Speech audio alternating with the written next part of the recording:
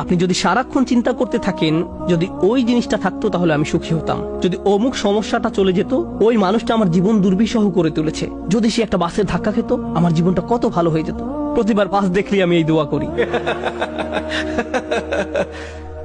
আমরা সব সময় নিজেদেরকে একথা বলে বুঝাই যদি অমুক মানুষটি বা অমুক সমস্যাটি জীবন থেকে চলে যেত তাহলে জীবন কত সুন্দর হয়ে যেত, অথবা যদি অমুক দুঃখটি দূর হয়ে যেত তাহলে সবকিছু পারফেক্ট হয়ে যেত।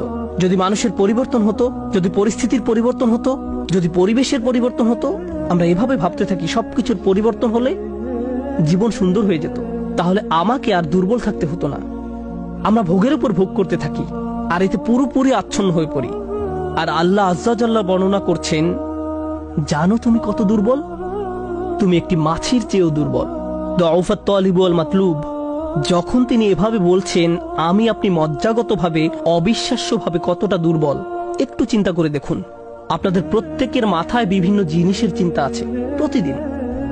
আমরা এখন রোজা রাখছি, নামাজ পড়ছি, আর আলহামদুলিল্লাহ নামাজ পড়ার সময় আমরা মনোযোগ ধরে রাখার চেষ্টা করি, কিন্তু এর বাইরে আপনার মাথায় কোন চিন্তা ঘুরঘুর করে? আপনি কি নিয়ে উদ্বিগ্ন থাকেন? আপনি কি নিয়ে চিন্তা করেন? কোন চিন্তাটি আপনার মাথায় সারাক্ষণ ঘুরতে থাকে? কোন জিনিসটির ব্যাপারে ভাবেন এটা যদি থাকতো, আর কোন জিনিসটির ব্যাপারে ভাবেন যদি এটা না থাকতো?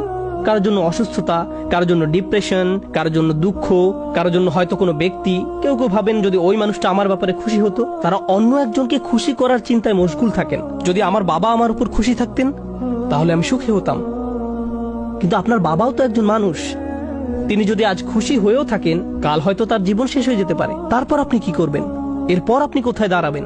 সুতরাং আমি আর আপনি এভাবে এসব জিনিসের পেছনে ছুটতে থাকি। আর এর পরের আয়াতে আল্লাহ আজ্জা জাল্লা বলেন, মা কদারুল্লাহ হাক্কা কদরিহি, তারা আল্লাহকে যথাযথ মর্যাদা দেয় না। ইন্নাল্লাহ কাউইয়ুন আজিজ, নিশ্চয়ই আল্লাহ শক্তিধর, মহাপরাক্রমশালী। তুমি দুর্বল কিন্তু আল্লাহ সর্বশক্তিমান। তিনি আরো বলেন, তোমরা আল্লাহকে যথাযথ মর্যাদা প্রদান করনি। জানেন তিনি আমাকে আপনাকে কি বলছেন? তিনি বলছেন তোমরা বিভিন্ন জিনিসের পেছনে ছুটবে, তোমরা বিভিন্ন মানুষের পেছনে ছুটবে, তোমরা এই দুনিয়ার যত কিছুর পেছনেই ছুটো না কেন এর প্রতিটি জিনিসের একদিন সমাপ্তি হবে। এর প্রতিটি জিনিস দুর্বল। এই কারণে তুমিও দুর্বল হয়ে পড়েছো। এই জন্য তুমি বারবার দুঃখ ভারাক্রান্ত হয়ে পড়ছো। ফলশ্রুতিতে তুমি বারবার ক্ষতির সম্মুখীন হচ্ছ। কিন্তু শেষবারের মতো যখন তুমি এই সিদ্ধান্ত গ্রহণ করবে তোমার যত চাওয়া পাওয়া আছে তার মাঝে সবচেয়ে বড় চাওয়া পাওয়া হলো তোমার মালিককে খুশি করা, যখন তুমি সবকিছুর উপরে আল্লাহর সন্তুষ্টিকে প্রাধান্য দাও, যখন তুমি সত্যিকার অর্থে তোমার অন্তর থেকে এটা করতে পারবে, একমাত্র তখনই, যেহেতু তিনি শক্তিধর। জানেন আল্লাহ এইমাত্র আমাদের শেখালেন যখন তুমি দুর্বল কাউকে পেতে চাও তখন তুমিও দুর্বল হয়ে পড়ো, কিন্তু তুমি যদি আল্লাহকে চাও যিনি শক্তিধর এবং মহাপরাক্রমশালী, তাহলে এটা তোমাকে কেমন করে তুলবে? এটা তোমাকেও শক্তিশালী করে তুলবে। আর যখন তুমি শক্তিশালী হয়ে উঠবে জীবনে বিভিন্ন জিনিস আসবে যাবে, কিন্তু তোমার শক্তিমত্তার কোনো কমতি হবে না। যে জিনিসের পেছনে তুমি ছুটছো তা ভেঙে পড়ার কারণে তখন তুমি আর ভেঙে পড়বে না, কারণ তুমি দুনিয়ার এসব তুচ্ছ জিনিসের চেয়েও অনেক অনেক উচ্চ একজনের সন্তুষ্টির অন্বেষণ করছো। আমি বলছি না যে আপনি এই দুনিয়ার কোনো কিছু চাইতে পারবেন না, কিন্তু আয়াতটি আমাদেরকে একটি ব্যাপারে শিক্ষা দিচ্ছে। আমরা যখন এসব পার্থিব বিষয় কামনা করব আমরা বুঝবো যে এগুলো দুর্বল। পার্থিব এসব বিষয় জীবনে আসবে যাবে, কিন্তু আমরা কখনো আল্লাহকে হারাতে পারবো না। লক্ষ্য করুন, মানব জাতির ব্যর্থতা হলো যখন তারা পার্থিব কোনো জিনিস পেতে ব্যর্থ হয় তারা আল্লাহকে ভুলে যায়। তাদের চাওয়া পাওয়ার জিনিসটি না পেলে তারা নামাজ পড়া ছেড়ে দেয়। তারা যা চায় তা যদি না পায় তারা এভাবে বলে, এভাবে দোয়া করার অর্থ কি? তারা যখন তাদের আকাঙ্ক্ষার বস্তুটি পায় না তখন দুঃখ হতাশা একেবারে ভেঙে পড়ে এবং বলে আমি তো আল্লাহর সাথে কথা বলার শক্তিও পাচ্ছি না। এমনটি ঘটার কারণ হলো সমস্যায় পড়ার পূর্বে আল্লাহর সাথে তাদের বন্ধন শক্তিশালী হয়ে ওঠেনি। যদি সে বন্ধনটি আগে থেকেই বর্তমান থাকতো, যেমন মূল যদি শক্তভাবে গাঁথা থাকে তাহলে ঝড় এলে এদিক ওদিক দুলতে থাকে, সম্পূর্ণ ভেঙে পড়ে না, মূলের উপর দাঁড়িয়ে থাকতো। আর ঝড় চলে গেলে আবার ফল দেয়া শুরু করতো। এরকম একটা উপমার কথা কোরআনে অন্যত্র এসেছে, আসলুহা সাবিত ওয়া ফারউহা ফিস সামা। লা ইলাহা ইল্লাল্লাহ হলো এমন একটা বৃক্ষের মতো যার শেকড় মাটিতে এবং শাখা আকাশে উত্থিত। এটাই ঈমানের শক্তি। এই আধ্যাত্মিক শক্তির ধারণাটি আরো পরিষ্কার করার জন্য আমি আপনাদের নিকট একটা উদাহরণ পেশ করব।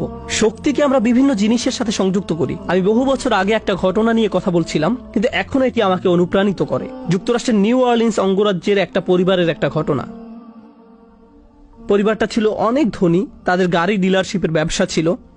তাদের দোকান ছিল একেবারে সমুদ্র সৈকতের পাশে। তারা দামি দামি গাড়ি আমদানি করত এবং বিক্রি করত। এরপর হ্যারিকেন ক্যাটরিনা আঘাত হানল। ক্যাটরিনা এসেছিল বিশাল জলোচ্ছ্বাস নিয়ে এবং এর ফলে তাদের কেনা সকল গাড়ি ভেসে গেল। একমাত্র লেক্সাস এলএস মডেলের একটা গাড়ি বর্তমান ছিল এবং পরিবারটা এই গাড়িতে করেই হ্যারিকেন আক্রান্ত এলাকা থেকে পালিয়েছিল। দুর্যোগ শেষ হওয়ার কয়েক মাস পরে স্টেটের সবকিছু খুলে দেওয়ার পর আমি আবার তাদের সাথে দেখা করতে গিয়েছিলাম। যে পরিবারটি মাসে প্রায় 2 কোটি টাকা আয় করত, তারাই এখন সেই লেক্সাস গাড়িতে করে পিজা ডেলিভারি দিচ্ছে। পরিবারটি এখন এই কাজ করছে। এক ব্যক্তির পিজা দোকানের জন্য তাদেরকে হায়ার করা হয়েছিল। মা বাবা দোকানে পিজা বানাতো আর ছেলে লেক্সাসে করে সেই পিজা ডেলিভারি দিত। আমি যখন এটা দেখলাম, কল্পনা করতে পারেন অন্য কেউ যদি এরকম পরিস্থিতিতে পড়তো, অন্য কোনো মিলিয়নিয়ার যদি এভাবে দেউলিয়া হয়ে যেত, তাদের কি হতো? তারা সম্পূর্ণ হতাশ হয়ে যেত, মদের বোতল হাতে জীবন পার করে দিত। কারণ তারা মনে করত যা তাদের ছিল তাই তাদের শক্তিশালী করেছে। এখন যেহেতু এই সম্পদ হারিয়ে গেছে, আমার পক্ষে আর এই পরিস্থিতি মোকাবেলা করা সম্ভব নয়, এই ধরনের ক্ষতি সহ্য করা সম্ভব নয়। কিন্তু এই পরিবারের ক্ষেত্রে যখন আমি তাদের সাথে দেখা করলাম, সবাই খুবই শান্ত, নির্বিঘ্ন। বাবার অনেক বয়স হয়েছিল। এই রকম বয়সে এমন ক্ষতির সম্মুখীন হলে মানুষ হার্ট অ্যাটাক করে, উচ্চ রক্তচাপে ভোগে, কিন্তু এই মানুষটা সম্পূর্ণ শান্ত। তো আমি তাকে জিজ্ঞেস করলাম, কিভাবে এটা সম্ভব? আমি এমনকি আমার প্রশ্ন করাও শেষ করতে পারিনি। আমি শুধু বললাম, কিভাবে? তিনি হেসে উঠলেন। তিনি বললেন, যখন ব্যবসা ভালো ছিল আমি সারাক্ষণ ফোনে ব্যস্ত থাকতাম। শিপমেন্ট এসে পৌঁছেছে কিনা, পেমেন্ট দিতে দেরি হচ্ছে কিনা, কার কি ডেলিভারি দেওয়া প্রয়োজন, কাস্টমার খুশি কিনা, ট্যাক্সের হিসাব ঠিক আছে কিনা, কর্মচারীদের সমস্যা, অমুক সমস্যা, তমুক সমস্যা। এসব কারণে আমি কোনো মতে জুমার নামাজে উপস্থিত হতে পারতাম কোনো রকমে। কিন্তু এখনো তো টেবিলে খাবার আছে, এখনো তো আমাদের মাথার উপর ছাদ আছে, আর এখন আমি নিশ্চিন্তে মসজিদে গিয়ে নামাজ আদায় করতে পারি। আর সকালে ঘুম থেকে উঠে আমাকে কিচ্ছু নিয়ে ভাবতে হয় না, একমাত্র আমার রবকে মনে করা এবং তার কৃতজ্ঞতা জ্ঞাপন করা ছাড়া। আমার আসলে মনে হয় আমার জীবন শেষ হওয়ার পূর্বে আল্লাহ আমাকে সহজ জীবনের এই নিয়ামত দান করেছেন। সেই বাবা এটাই বলেছিলেন, কোনো সাধারণ মানুষের পক্ষে এভাবে কথা বলা সম্ভব নয়। আপনি যদি এমন কথা অন্য কোনো ব্যবসায়ীকে বলতেন, সে বলতো এই লোকটার মাথা নষ্ট হয়ে গেছে, তার সকল সেন্স নষ্ট হয়ে গেছে। আর এই জন্যই এখন সে তার মাথায় এই পরিস্থিতির একটা যৌক্তিকতা খুঁজে নিয়েছে। আপনাদেরকে একটা কথা বলছি, একজন মানুষের পক্ষে কেবল তখনই এভাবে কথা বলা সম্ভব যখন সে বুঝতে পারে যেসব জিনিসের পিছনে সে ছুটছে তা দুর্বল। কেবলমাত্র আল্লাহই শক্তিশালী।